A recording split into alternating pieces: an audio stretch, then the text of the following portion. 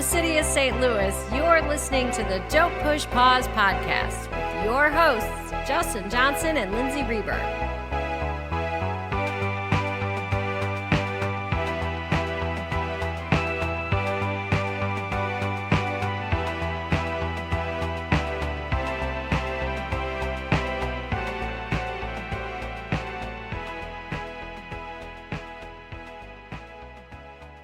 Welcome again to the podcast. Welcome back. I'm glad we're doing this movie. It's one of my favorites. Stand By Me, one of my favorite movies of all time. Yeah, it's one I grew up with, and it's all time, yeah? One of your favorites One of my favorites of of all time, yeah.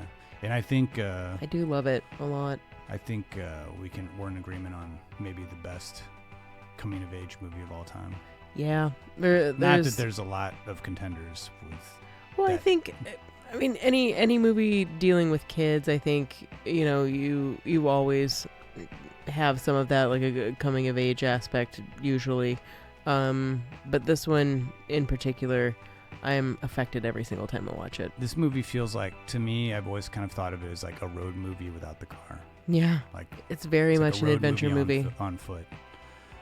So we'll talk about Stand By Me. What are some things we're going to talk about? The cast for sure. Yeah, the cast. Stephen King, who's responsible for the story. Let's see, Rob Reiner and who's the director.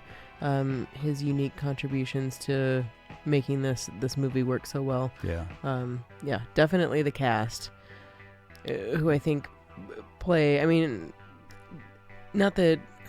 Actors are always important, of course. A movie can't happen without, but you see in Stand By Me how important it is in order for this movie to work. Yeah. The cast of actors that you have. So many. I think it's like such rare to see, actors this young all giving all playing off each other and giving such like genuine performances. Yeah, amazing. So we'll talk about that and then our picks of the week. Yeah. My pick this week is Silver Bullet. Silver Bullet. Which is another Stephen King story, werewolf story.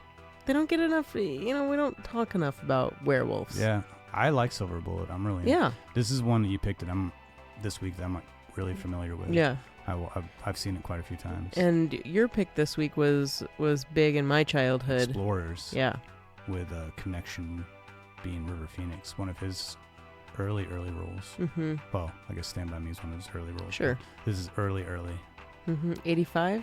85, yeah. Yeah. And directed by Joe Dante, whom I would say one of my all-time favorite You directors. do love Joe Dante. I love Joe Dante. You do. So good. And then as always, our Murray moment, and then we've got a special guest again back to the podcast. Can't wait to have him back. It's wonderful. Justin Hayward, our friend and filmmaker from Chicago, and he did a segment for Weird Science. And the point of having Justin on the show is to do a segment that kind of delves deeper into the technical aspects of filmmaking. And he's going to break down the train sequence, how they shot the train sequence in Stand By Me. And I really enjoyed the segment he did for this week. I really loved it. Yeah. So we'll have that coming up later. And before we go to a clip for Stand By Me, Lindsay, can you familiarize us with the plot of this movie? I'd be happy to. Thank you. So directed by Rob Reiner, 1986's Stand By Me is about a group of boys who set out kind of on this adventure to, in theory, find the body of this missing kid that they go to school with. Along their journey, this is kind of these kids are learning about themselves, relating to each other as best friends, and kind of delving a little bit maybe deeper into who they are as people. I won't spoil anything to when we get to the end, but it's very much a journey and such a strong coming of age story. Well, we'll go to a clip from Stand By Me, and then we'll get into a discussion. Let's do Thanks it. for that summary. I know the Back Harlow Road. It comes to a dead end by the Royal River. The train tracks are right there. Me and my dad used to fish for Cossies out there. Jesus Christ, man. If they would have known you were under there, they would have killed you. Could he have gotten all the way from Chamberlain to Harlow? That's really far. Sure. He must have started walking on the train tracks and just followed them the whole way. Yeah, right. And then after dark, train must have come along and all smacko. Yeah. Hey, you guys. I bet you anything that if we find him, we'll get our pictures in the paper. Yeah, we could even be on TV. Sure. We'll be heroes. Yeah. So I guess to kick things off, the first thing I kind of want to talk about is Stephen King. Without him, this Wouldn't exist. Yeah, it wouldn't exist. And I think it's a good thing to note that this is, at this point in time, this movie came out in, 86? Yes. At this point in time, there were several film adaptations of his works dating back to the late 70s. Sure.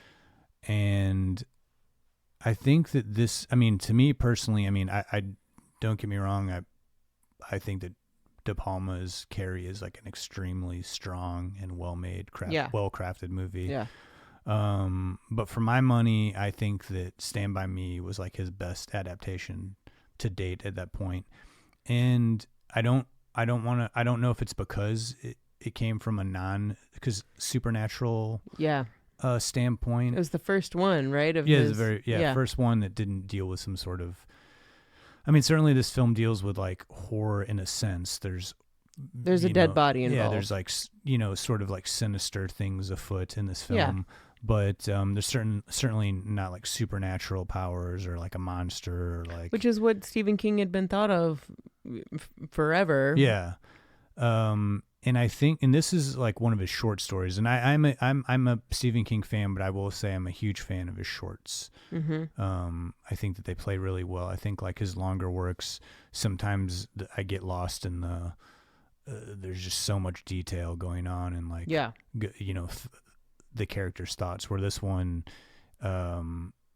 almost really feels like it just came to life. Like a lot of what's in the script is on the screen minus the main character of Chris has been swapped out for Gordy's character, which I believe was Rob Reiner's contribution to the script.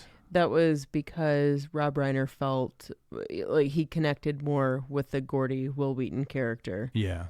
Yeah, and so it was easier to tell that story from that point of view. Yeah, and I think from like an audience standpoint, for a movie, I think Gordy's going to be more identifiable to the masses than Chris would be. He's the sweetest, most likable kid next door, boy next door type of thing. Yeah. And this was a movie that I believe Stephen King was like extraordinarily happy with the way his work was adapted for this one. If I remember correctly, he said that it was I don't know. I watched a documentary on this, and he said at the time that he felt it was the most successful adaptation of any of his works to screen. And I don't know if we'll get to this later, but like there's a little change that happens towards the end of the script that actually made Stephen King happier the way that Rob Reiner saw it. Oh, okay. I can go into this if you want. Do it. Go for it. Well, there's a final scene where the boys actually do find the dead body of this boy that they've been searching for, and they're confronted by this older boy gang that's headed by Kiefer Sutherland, and the Kiefer Sutherland gang is trying to take credit for finding the body and like gonna go report it to the cops, and our heroes, our four boys that we've been on this quest with, are like, hey man, we sought this out ourselves, this is us, like we're claiming stake for this, which is kind of like weird by itself. Like, but we put in the footwork, man. You guys drove here. Yeah. Which is an aside. But in the novella, Stephen King's like original writing, it's the kind of more not gruff, but like the assumed tougher character of River Phoenix's character that pulls the gun out and is like, no man, this is us, this is like, we're doing this.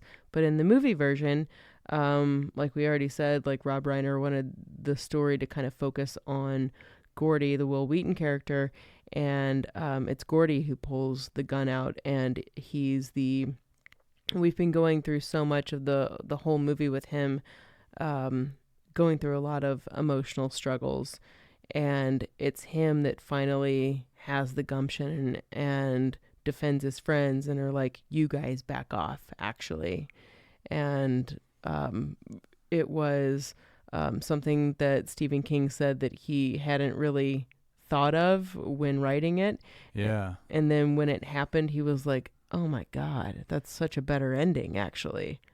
Which I think is completely cool for Rob Reiner. Yeah, and really thinking about it, there is that moment in that scene where Wil Wheaton, Gordy's character, has the gun. Yeah. And Kiefer Sutherland says something along the lines of like, you know, why don't you put that gun away? You know, don't hurt yourself, kid. Mm-hmm. And because Kiefer Sutherland doesn't believe that he's actually going to do anything. He's got the gumption to do it. But then we as an audience have seen that Gordy kind of feels like he doesn't have a lot to lose because of his connection with his family has been sort of really deteriorated. But then they sort of cut to this look, and then we cut back to Kiefer Sutherland, and Gordy pulls like the handle or the hammer, he cocks it, and Kiefer Sutherland's like, yeah, he's for real. He might pull the trigger on this one. And I believe it too, you know, as an audience. Yeah. So I do think, I think with Chris, it's like that would have been like what you would think would happen. Like the toughest kid out of the group is going to get him out of the situation, but maybe like talk tough, you know. But with Gordy's like sort of the wild card. And it's one of the aspects that makes the story much more endearing, really, is that you have the quiet, meek character that's finding his strength within. That's actually the one that that ends it. Yeah, I think it makes for a more satisfying conclusion. Yeah, it does. And if I remember, it's been a while since I've read the short story, which I did enjoy a lot, the short story The Body. Mm-hmm. If I remember correct, in the movie, the gang catches up with them like a few weeks later and like breaks their arms or like... It gets really like rough. So this one kind of ends on a different. Sure, note. Glad the movie does not end like that. Yeah. Because in the movie he says, you know, this isn't over. This isn't over, and in the book it kind of gets pretty brutal. Like they find him they're like walking down the street like 2 weeks later. Yeah.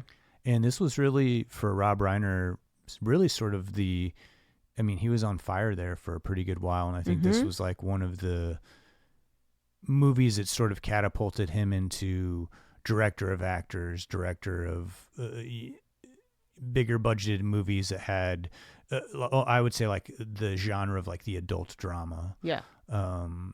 And, you know, the actors have mentioned like, you know, he's the actor's director. He's like that person that came from the side of acting first and knows what actors need, knows what they need, what their vulnerable sides are. And he can facilitate that. He can just discuss that, and not have the movie fall so much on the technical side or the mechanics. And I think that can completely change a movie a lot.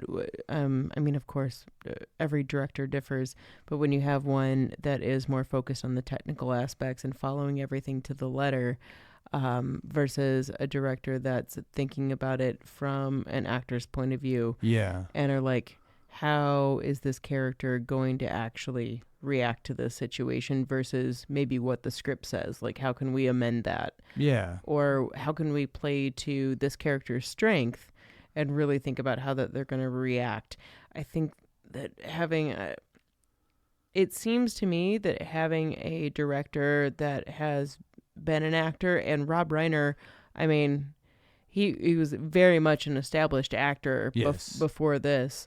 I think that adds a whole new layer to it that really plays into the overall feel of Stand By Me, which is just you really feel like you know these kids, and you want to know them. But you really identify with it, and he makes you just care about them. Yeah. All right, well, we'll go to another clip, and then we'll come back. We'll talk about the cast of this film. We're going to talk about River Phoenix. We have to. Yeah, we have to. Yeah. The cast of this movie is really what makes it. So we'll go to a clip of the kids here doing a scene, and then we'll talk about them. Right on. You gonna flip or not? Come on, Vern, we don't have all day. You lose, Gordy. Gordy loses. Oh, Gordy just screwed the pooch. Does the word retarded mean anything to you? Yeah, Gordy, go get the provisions, you morphodite. Don't call me any of your mother's pet names. What a wet end you are, LeChance. Shut up. I don't shut up. Shut up. I grow up. And when I look at you, I throw up. And then your mother goes around the corner and she licks it up. Oh! Finding new and preferably disgusting ways to degrade a friend's mother was always held in high regard. So we'll jump right into the cast. We've got Jerry O'Connell portraying Vern, Wil Wheaton portraying the main character of Gordy LeChance. Mm-hmm. We've got Corey Feldman, Teddy Champ. Duchamp. I'm sorry, Teddy Duchamp. I forgot he's French. He's French. I said it was French. And finally, River Phoenix as Chris Chambers. I think they all do a wonderful job. I think they play off each other really well. I know that Rob Reiner did like weeks of rehearsals with them, and yeah, just there's scene after scene where I just feel like it's so real, and they feel like they're really friends. And I appreciate the fact that this is, to me, one of the few films that involves kids that I feel like is relatable to adults. Like I can still, at this age, get very into this movie, but they're younger than high school. And I think that's a huge thing. I think most movies, the coming of age story is like focused on kids in high school. But I do think that this 12 and 13-year-old age is, more detrimental to like, where you feel like your memories or your shaping of friendships began, or your the foundation of where your morals or your characters lie. And I think this movie does a really good job of that. And I think that these kids really did an outstanding job altogether. And I think that even through the story, that exact feeling is demonstrated in the story, that we have the Richard Dreyfus narrator character that's reflecting on all of this and saying that exact thing, that there is nothing stronger than the bond that he created with these guys at this point in age, and kept up not really like a long-lasting relationship with them into adulthood. Maybe saw the Chris Chambers character 10 years prior to him retelling this story, but that there was nothing that he had felt was more of a bonding instance in life than that time that he shared with these kids. And I think that that's something that I can even say about myself when I was around this age, that there are some kids that I formed friendships with around that time that I could not talk to them for 25 years. Some of them I haven't talked to for 25 years. And I bet I could still revisit them and relate to them just like it was yesterday. And I think that all of that has to do with that when you're this age, like you were saying, pre-high school, I think that there is just something that is so honest, and you are still forming who you are, that there's always going to be something that connects you to those people that you formed a bond with, like no matter how old you are. Yeah. I mean, like high school reunions exist for a reason. Right. And it's because like you grew up with these kids years before. And you can still, like, maybe not all the time, but like with the people that you liked around that time, of your formative years, I think that you can still go back to that and find a common ground, or see that person that you know on a level that really, like, they don't know anybody else like that. Yeah. It's like sort of like this moment in history that you, somebody was there, You know what I mean? Like someone like experienced it with you. This movie feels very authentic and subtle and bold. It doesn't feel forced in any way. And probably a lot of that like has to do with these actors. Rob Reiner kind of choosing these actors based on, you know, who they were actually as a person. So that, you know, Wil Wheaton really fit the character of Gordy because Rob Reiner could see a lot of Gordy in him. Yeah. Or even like the Corey Feldman character, like he could see a lot of Corey Feldman's inner angst, like within him as a person. I think one of the funniest things I've heard Rob Reiner talk about is Jerry O'Connell coming into his audition, and he said he just like immediately embodied like this weird, awkward, goofy Vern character, and even down to the like, hey, aren't you that guy from that show? Right. You know, just calling him out and like not being intimidated by Rob Reiner, this movie director, but just being like, hey, aren't you that guy? Which is exactly the character of Vern. I think the kids play off each other really well with their like, picking on each other. Yeah. This sort of sense of like, there's always like a rivalry or something, you know, when you're growing up. And I think these guys,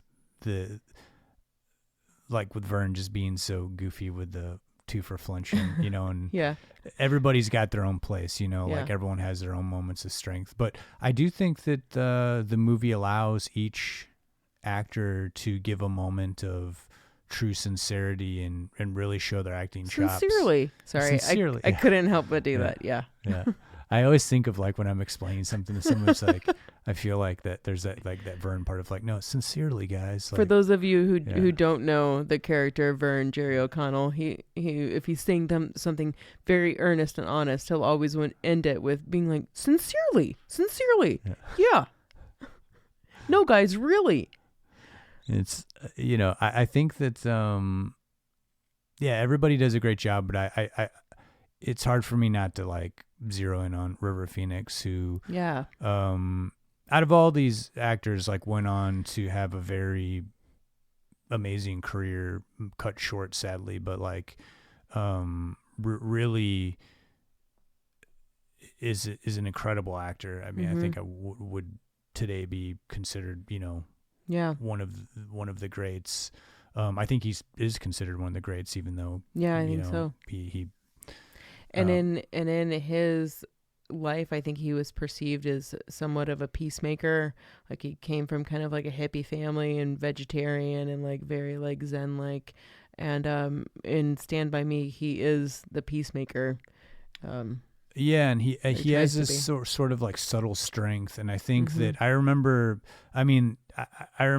even watching this as a kid and thinking like, oh man, like to have a best friend like Chris, you know, would be like amazing. You know, this guy who's not afraid of anything, but also not afraid to like show his emotions. Yeah, you know totally. What I mean? And I think that River Phoenix has displayed that in like multiple roles. And this movie, I think, was like one of the first that really he had dialed that in, you know, so to such a point, to such a degree where, I mean, you just cared so much about his place in their friendship and his future as well, which I think makes the ending of the film where, because the ending of the film is hearsay, you know, we just hear Richard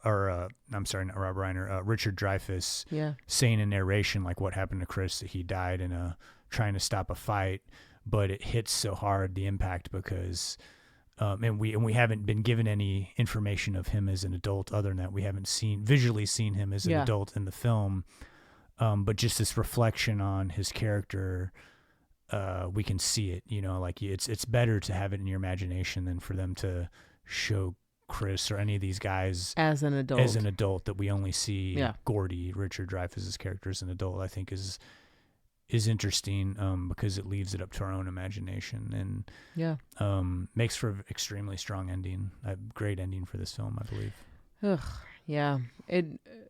I can never leave this movie without being in some tears, honestly. And it's not because of something like horrendous that happens that we see. It's strictly the story. Yeah. how it plays out. Yeah, because it's almost like we see that Richard Dreyfus has kids now, and it's sort of like he's revisiting this chapter, and now he has kids that are the age he was, and he's revisiting this chapter of his life, which is something, it's interesting.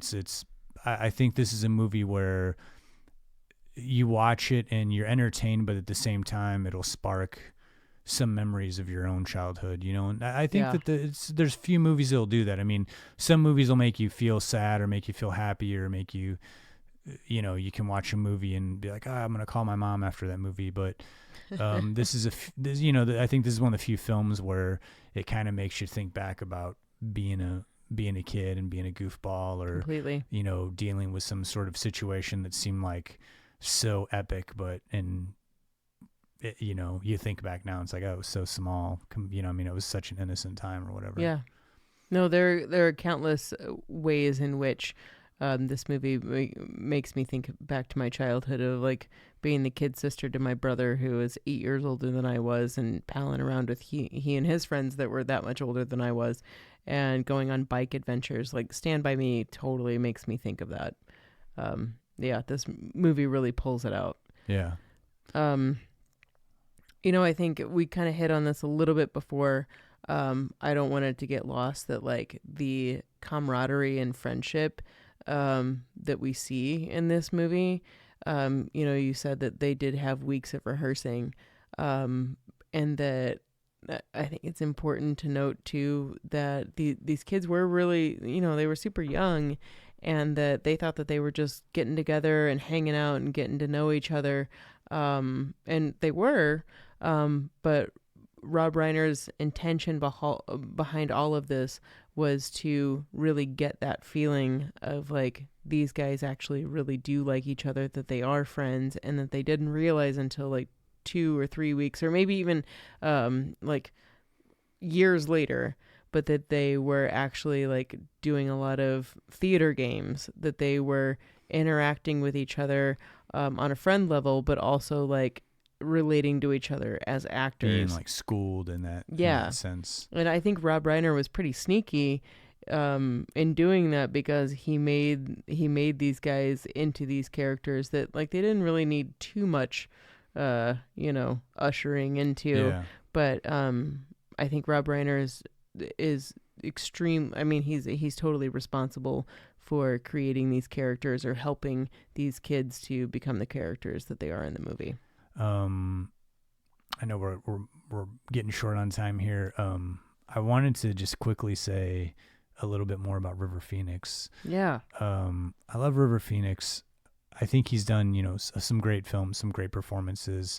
This being one of my favorites, but I wanted to just say, well, what are your favorite River Phoenix movies, performances? There's quite a few. I would say the one that sticks out the most to me is this movie called Dogfight. I can't really remember. It was the early 90s. One where he's in the army? Or he's in the army, and he and a group of dudes, army dudes, seek out to kind of like seduce befriend the ugliest girl they can find, which is Lily Taylor. And I was like super into a Lily Taylor phase for a while. Anyway, it is a very heartwarming movie. And the relationship that happens between he and Lily Taylor, just two actors that I have always loved. Hands down, Dogfight's one of my favorites. Mosquito Coast is also a great one too. You and I have talked about Mosquito Coast. I feel like we have to do that eventually. We might have podcast. to. Yeah. It's such a great film. Yeah. And that's when he's, when he's younger too. I'm not at all trying to say like he's better at a certain time in his career or anything. I mean, it was such a short-lived. I mean, it wasn't a short-lived career. It was over 10 years. Yeah, it wasn't like a James Dean. Yeah, sort of. It wasn't just one movie. But let's before we go to our pick of the weeks, we again have our special guest Justin Hayward coming to us from Chicago. Justin. Again, I love his insights on film. I think what he brings to the podcast is a little more of a really more technical side It's so much fun, though. I love it. Yeah, it's he talks a little bit more about the technical aspects of film, but like also in a relatable and entertaining way. So I think he's going to break down how they shot the train sequence, and look forward to that, and we hope you enjoy it as well. So we'll hear from Justin Hayward, and then after that, we'll go to our picks of the week. Sounds good. So take it away, Justin.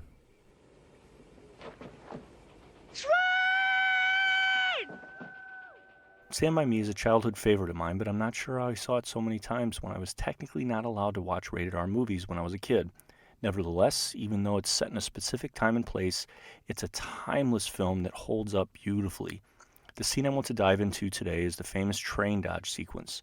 Earlier in the movie, Corey Feldman's character, Teddy, wants to dodge a train for the thrill of it, but River Phoenix's character, Chris, stops him before he acts out this terribly dangerous fantasy. Ironically, later in the movie, it's Teddy that convinces the gang to take a shortcut across an enormous bridge which leads the kids to a real train dodge that puts all their lives in serious danger. At the point they decide to cross the bridge, none of the kids know when the last train came through or when the next train is supposed to arrive, so they are crossing at their own serious risk. Once they're in the middle of the bridge, if a train comes, they have three bleak options. One, they can jump to their certain death because this bridge is about as high above a river as a railroad bridge can get above a river. Two, they can get run over. Or three, try to outrun a train to the other side of the bridge. As a dad of three little ones, I want to wring these kids' necks for being so stupid, but I think that was probably the reaction director Rob Reiner hoped to get from guys like me. So, they cross, train comes, they run for their lives, and dodge the freaking thing by the skin of their teeth. I'm clutching the arm of my chair every time I watch it, and I've watched it a lot.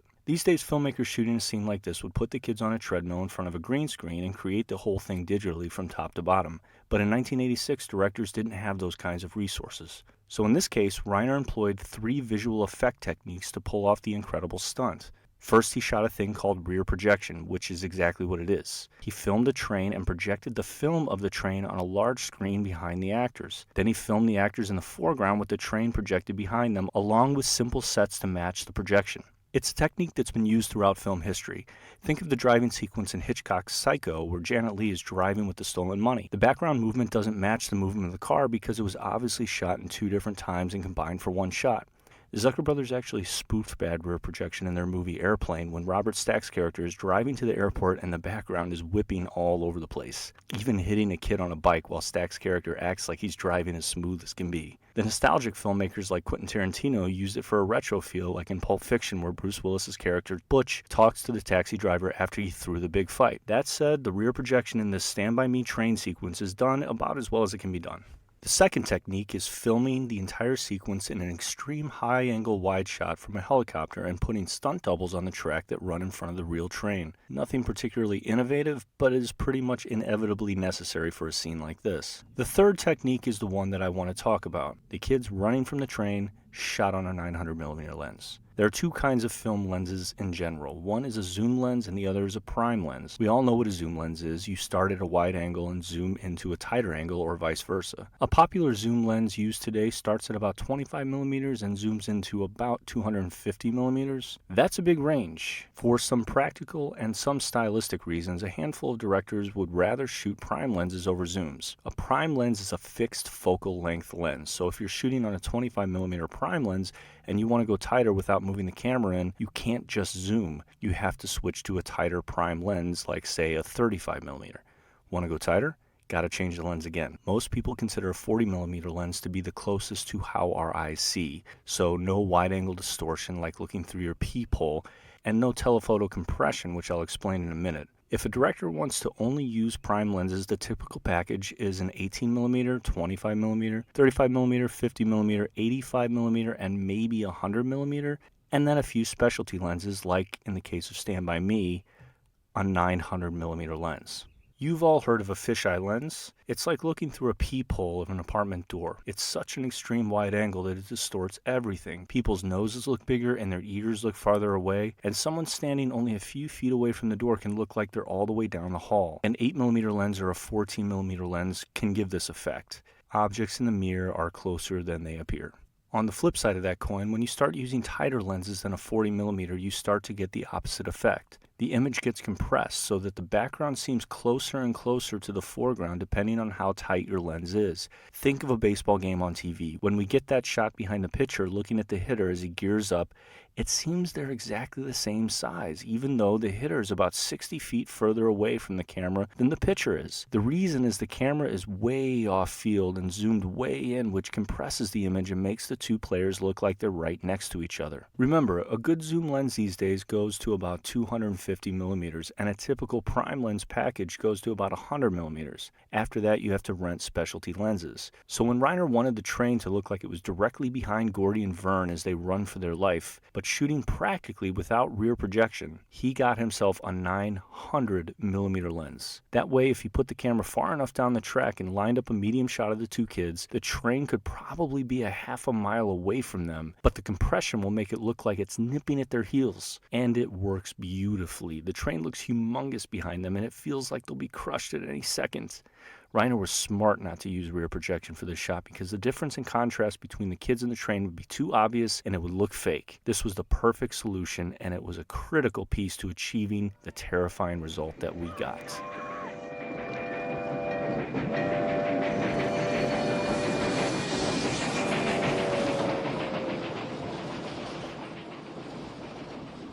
So again, that is Justin Hayward, director out of Chicago, dear friend of mine, and now I think a great contributor to our podcast. Yeah, I love it when he has a segment. So thank you so much, Justin, for your help and insight. Insight and taking the time to do that piece. I really appreciate it. Thank you. So we're going to move on to our picks of the week. Again, I picked Explorers. Lindsay, you picked Silver Bullet. Can you tell me a little bit about, so why was this your pick of the week? And tell us a little bit about Silver Bullet. Of course. The werewolf film. Oh, Silver Bullet. So it was made in 1985. It fits in with other monster movies of the time, like heavy on the, synth music tracks following one kid or a group of kids around as they figure out a mystery or, solving murders like what we were made to believe kids did in the 80s. It was something that was totally possible. I mean, at least me, I thought that. So Silver Bullet is pretty much a straightforward horror movie that has a lot packed into it. It's visually impressive, has a lot of werewolf attack special effects and transformations, an unsuspecting hero, town mob scenes, which I'm always a fan of town mob scenes. It also has a lot of off-kilter humor and even a double meaning in the movie title, which is always fun. What could it be? I don't know. Like Stand By Me, Silver Bullet is also based on a Stephen King novella that's called The Cycle of the Werewolf. And although King did do the screenplay himself and had a significant amount of creative influence over the film, there was a fair amount of subject matter that was changed from the novella to the film version. This isn't intended to be like a funny horror movie. It almost has a similar vibe as 1982's Creepshow, another movie that had a lot of Stephen King's talents invested in it, whether it's writing or acting. But Silver Bullet is pure entertainment rather than depending on jump scares. That's not to say that the werewolf attack scenes aren't a little more visually disturbing than you actually might expect. Upon revisiting this, I was like, damn, okay, that was real good, but that was a little more. There's some child violence. Like, I gotta respect a movie with child violence because not every movie's doing that. Yeah. It's a step above animal violence. It is. For me personally.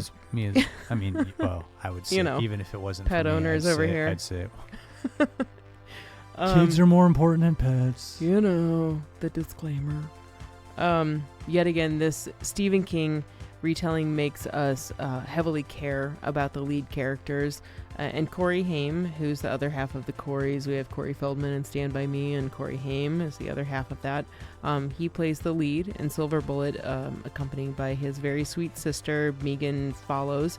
And not to be outdone, in a great and somewhat used for comedic relief, the only adult, their uncle, who believes them in this movie, is played by Gary Busey.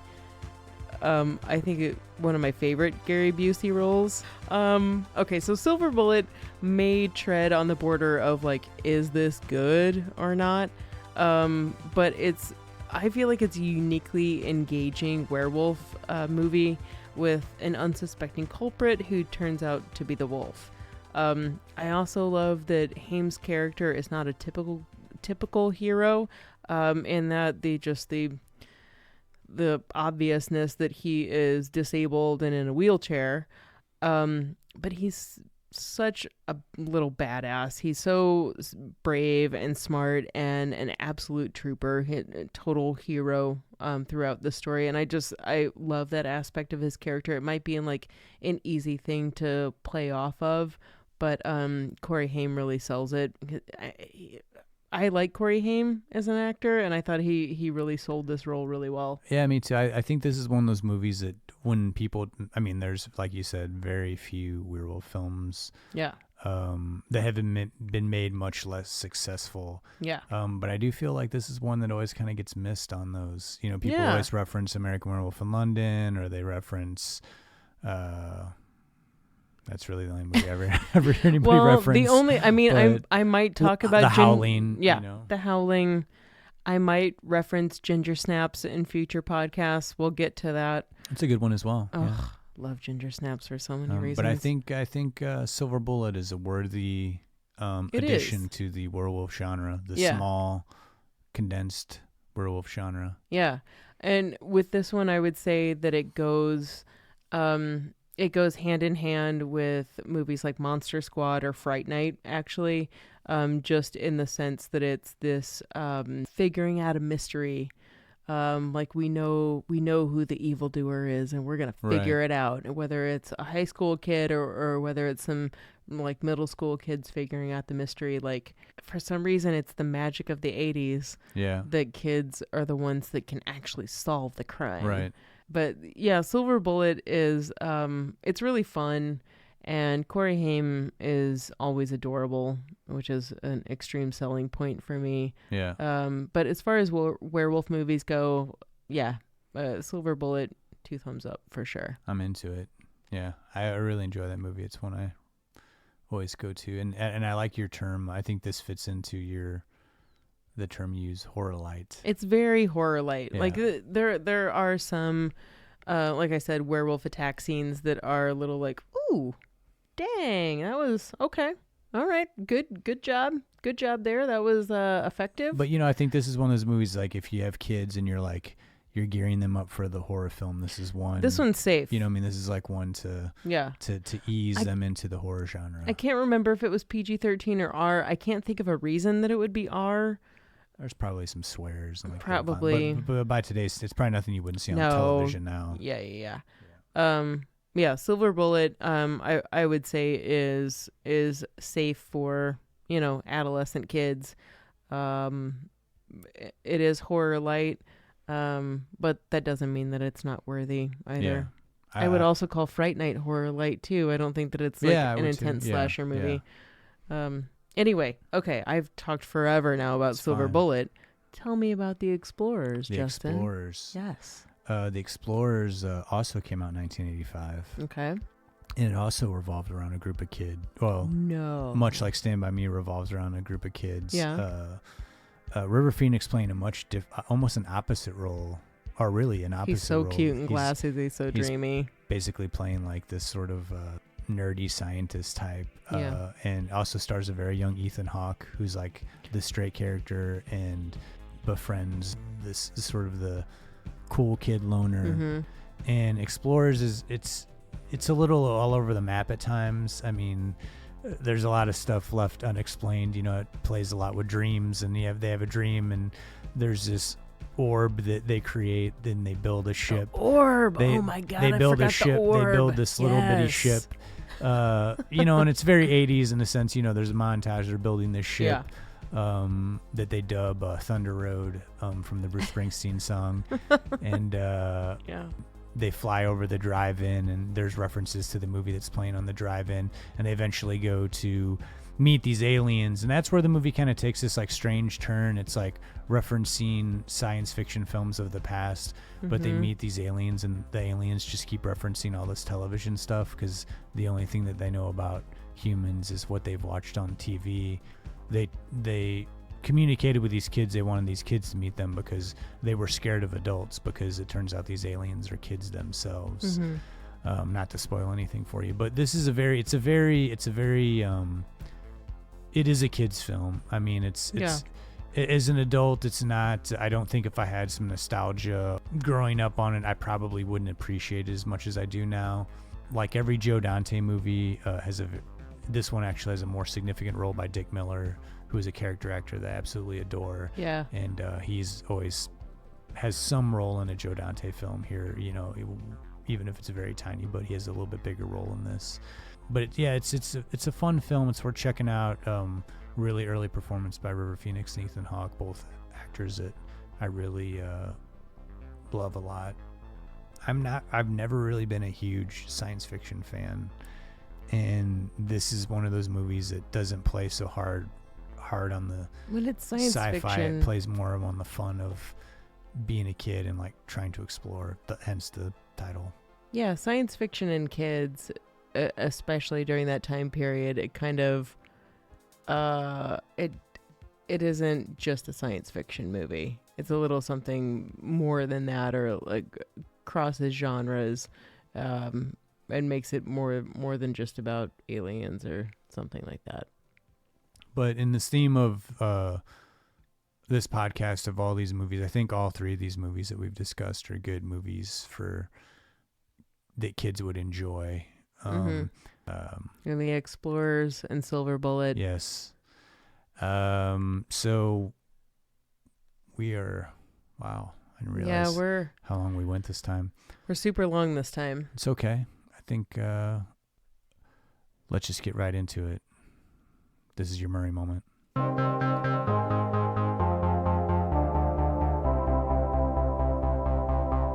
Chicks dig me because I rarely wear underwear, and when I do, it's usually something unusual. I think I need a root canal. I'm sure I need a long, slow root canal. You gonna come and shake my monkey tree again? Oh, what does that old queen know? She didn't even show. Hey, this is so scrumptious. Is this hand shucked? The flowing robes, the grace, all striking. That was fun.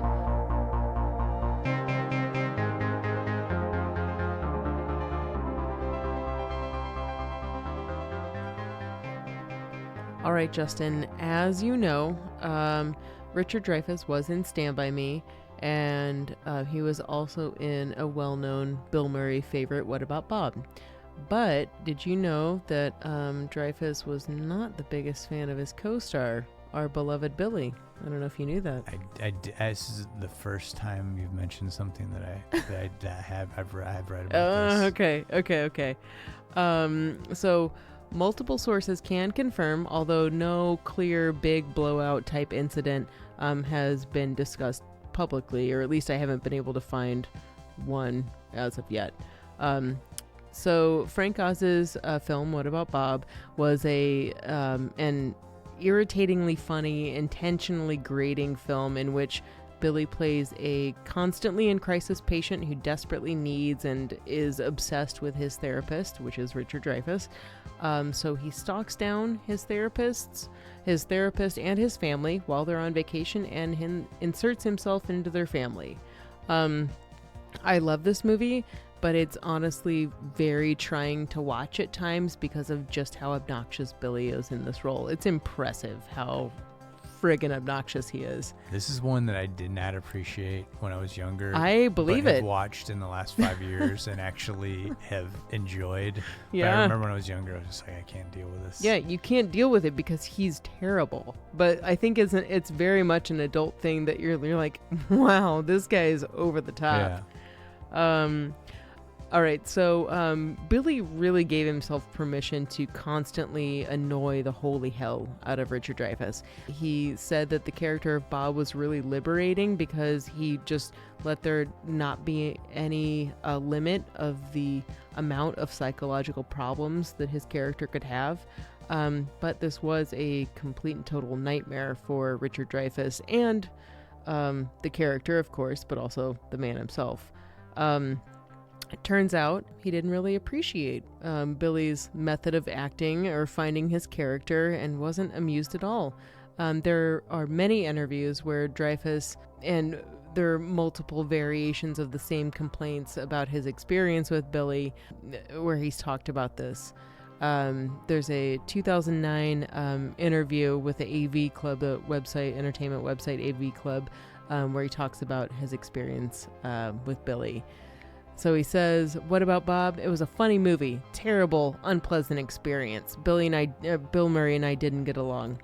I've got to give it to him. I don't like him, but he makes me laugh even now. I'm also jealous that he's a better golfer than I am. It's still a funny movie. But no one ever comes up to me and says, I really identify with the patient. They always say, I have patients like that. I identify with your character. No one ever says they're willing to identify with the other character, that being Bill Murray's character, Bob." A few years later, in many other interviews, Dreyfuss actually called Billy a despicable pig, a schmuck, and a drunk Irish bully. It's a little harsh. Yeah, and these are separate instances too. Jeez. Each time he mentions Billy, he always talks about how Billy's a much better golfer than he is, how he makes him laugh, but he still vehemently hates the man. On Billy's end of this, he's totally admitted that he took great pleasure in annoying Dreyfuss. It seemed to happen really naturally. And that he could really get into the character of Bob, and the more that he did it, the better that he thought the movie was going to be. Billy would intentionally get super close up in Dreyfuss's personal space, getting really close and screaming into his ear, laying his head on his shoulder, and just about anything else that Dreyfuss might find annoying. Billy totally did it. Frank Oz said that the tension during the film was a result. Some of the tension anyway was a result of too many cooks in the kitchen thinking what would be best for the script and on ways to improve the script.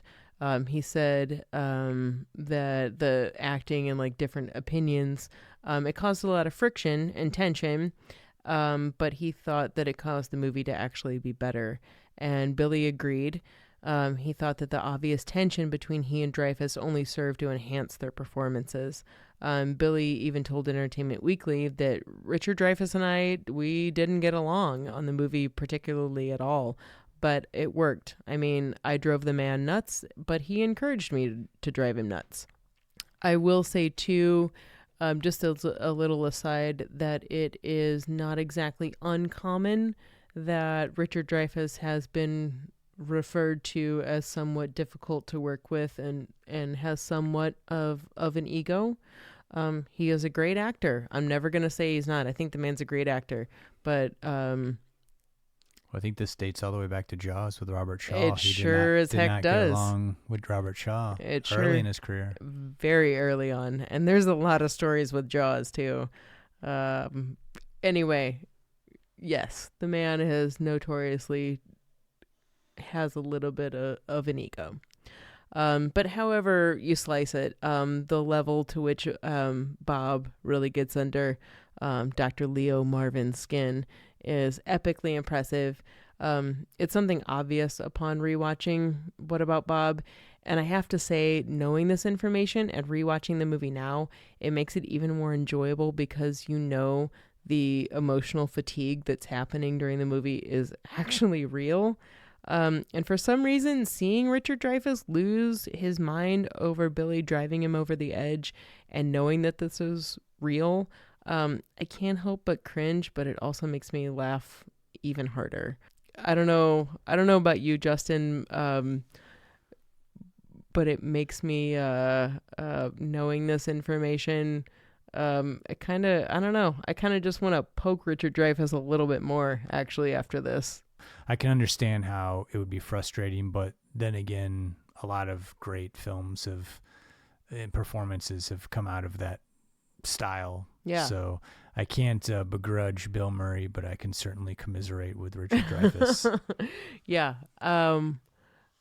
I can definitely identify with Richard Dreyfuss, but I think that understanding what I do know about Bill Murray, this idea of just being given free rein to irritate the holy hell out of someone because it is your character, I could see him taking like the most amount of liberty with that. I'm sure he loved every second of it. Well, thank you again for another Murray moment. Of course. So we're running pretty long today in our podcast, but that's okay. My final thought on Stand By Me, sincerely, one of my favorite movies. I just is so much. I love everything about it from start to finish. Yeah. There's no moment going on that I don't love about Stand By Me. So, thanks for listening to that discussion. I want to say big thanks to Justin Hayward for putting this together. I really love that piece. He's a real talent, and I think he's got 3 kids, and it's for him to find time. I appreciate the time it takes him to write these and record them and cut it and send it to us. He packs so much information into it, but you're hooked and you follow it the whole time. It's so enjoyable to listen to. I feel like, me and Justin went to film school together and way back in the day, and I feel like he packs more in a 5-minute segment than I probably learned in like a semester. Any instructor did. I don't know what that says about me at that time in my life or the school I went to, but whatever, But thank you so much, Justin, for thank you, putting Justin. that segment together. So next podcast, we are going to be doing Robocop, which is another one that I've been kind of curious to do. I think there's a lot. Mm-hmm. I think there's a lot to be discussed with Robocop. It's a lot of social commentary. I think is like really relevant for so much. It feels like strangely very relevant to today's time period, and I mean that was 35 years ago. Is that right? Something like that. And I want to say, like, at the time, it's strange because we'll get into it next podcast. Yeah. But it's just it's one of those movies. Yeah, it's just like you watch it now and you're like, man, this doesn't even feel heavy-handed now, and it feels more relevant. It's wacky. It's just it was wild rewatch. It's just been one that I'm excited to dig into. I was happy to revisit this because I don't think it would be one that I would have on my own. I've definitely seen a lot growing up, but I was super happy to revisit this. Yeah. Looking forward to the So that'll discussion. be good. So we've got Robocop coming up. I wanted to this is something that I haven't really brought up on the podcast. We haven't really talked about, but our listeners? Our listeners, which, I mean, I know we thank you, but we are able to, with the hosts that we use, are able to track a little bit of, what states are listening, and we're not tracking your address right, or anything. But I appreciate every listener that we have, but I want to give special shout outs to Missouri, Thanks, Illinois, Missouri, California, let's see, Massachusetts, Texas. We have a lot of listeners in those states, and all the other states, but I just want I think everyone that's listening, it means a lot. Anytime we get an email, a new state. Anytime we get a message on Instagram, and anything that we get, it helps with the momentum. And we love the participation too in some of our Instagram posts. Yeah. We love your feedback, whether it's about a movie that we're talking about on the podcast or just something that we're independently watching on our own. Sometimes we don't. We pick a movie or we're deciding on the movie and we don't know, because I do like to, if I know, hey, this is a movie that I've asked 5 people and they're like, I don't really know that movie, but then we make a post and like 5 people are like, yeah, that's like a staple of my childhood. So it gives us an idea of like where, you know, even things to talk about. People have sent us topics that we've ended up like considering for topics to discuss for movies. So we love all kinds of communication. You can follow us on Instagram at Don't Push Pause Podcast. You can find us on Facebook at Don't Push Pause Podcast. You can reach us directly through our website, don'tpushpausepodcast.com. And if you want to email us directly, you can email us at don'tpushpausepodcast@gmail.com. So thank you so much, and everyone who's listening, participating. We can't thank you enough. Yeah. Until next time, I'm Justin Johnson. And I'm Lindsay Reaper. Thanks. Thank you.